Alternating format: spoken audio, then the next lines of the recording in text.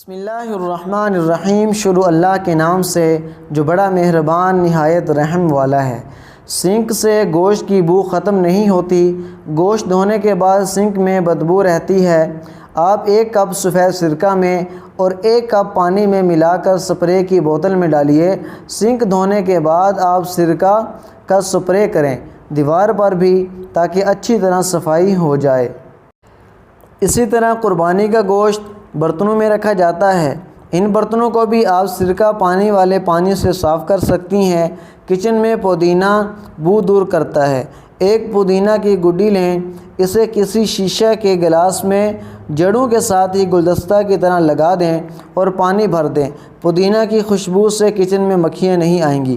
اگر آپ کو یہ ہماری ویڈیو اچھی لگی ہے تو ہمارے چینل کو سبسکرائب کر دیں اور ساتھ بیل آئیکن کو بھی پریس کر دیں، تاکہ ہر نئی ویڈیو کی نوٹیفیکیشن آپ تک بروقت پہنچتی رہے۔ اور اگلی ویڈیو تک دیں اجازت۔ اللہ حافظ۔